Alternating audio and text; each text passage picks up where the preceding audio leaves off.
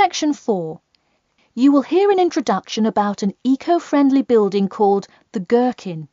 First, you have some time to look at questions 31 to 40.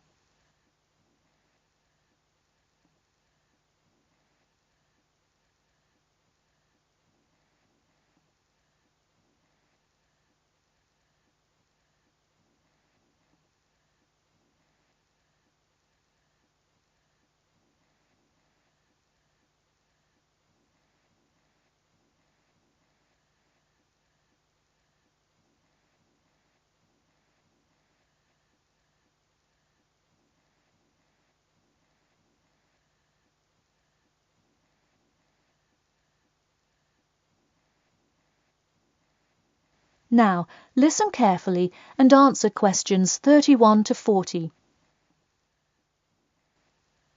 Today, I'd like to tell you about how UK architects are playing their part to address the issue of global warming.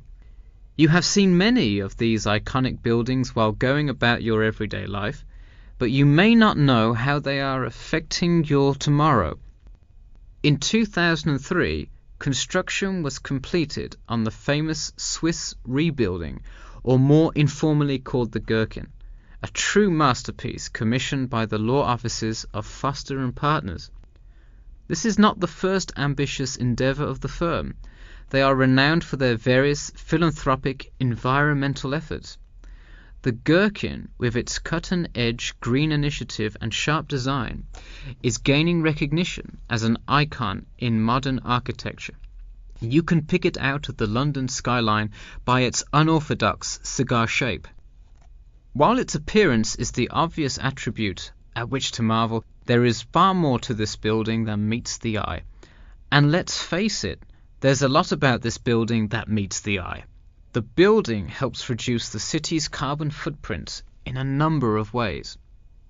Just a quick note, in case you're not familiar with the term carbon footprint, get used to it. It's a buzzword you'll hear relentlessly to talk about reducing emissions. Think of it as the amount of harmful greenhouse gases that are given off into the environment by a single person, organization, or product.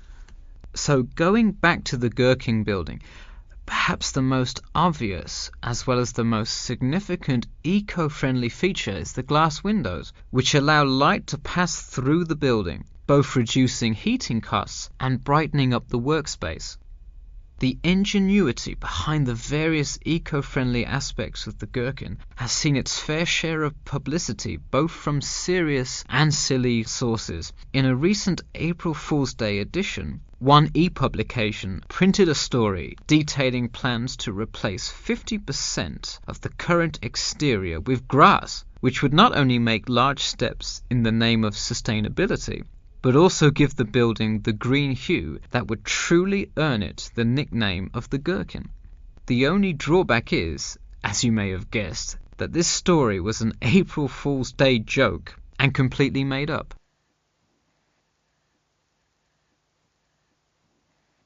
In all seriousness though, the building is setting a new standard of design that other architects and city planners just cannot ignore.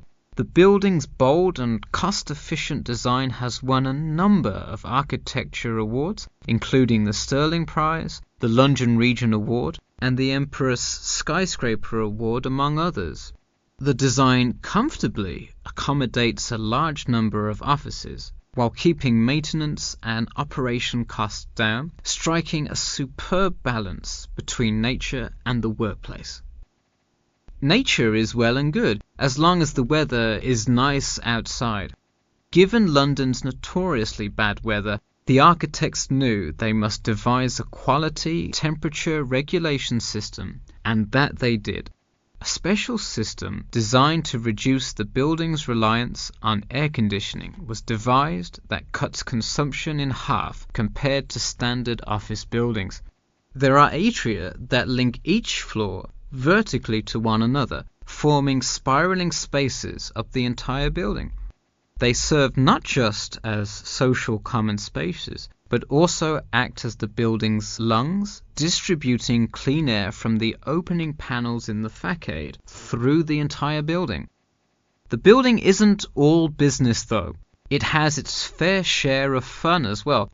At the very top, a club room offers a picturesque entertainment spot for company functions, private parties, etc., with a breathtaking panoramic view of the city. The creation of such an innovative structure has many wondering what the future of urban planning and architecture may be. Well, if the other projects currently commissioned by Foster and Partners are any indication, the entire city constructed with similarly eco-friendly buildings is not far in the distance. The Masdar City development aims to create a desert city that produces zero waste and removes as much carbon dioxide from the atmosphere as it puts in, a huge feat in protecting our Earth. The Gherkin is a truly impressive feat, yet it is not the only one worth noting. Now to move on to another green initiative, I'll tell you about the Eden Foundation building found in Cornwall. That is the end of section 4. You now have half a minute to check your answers.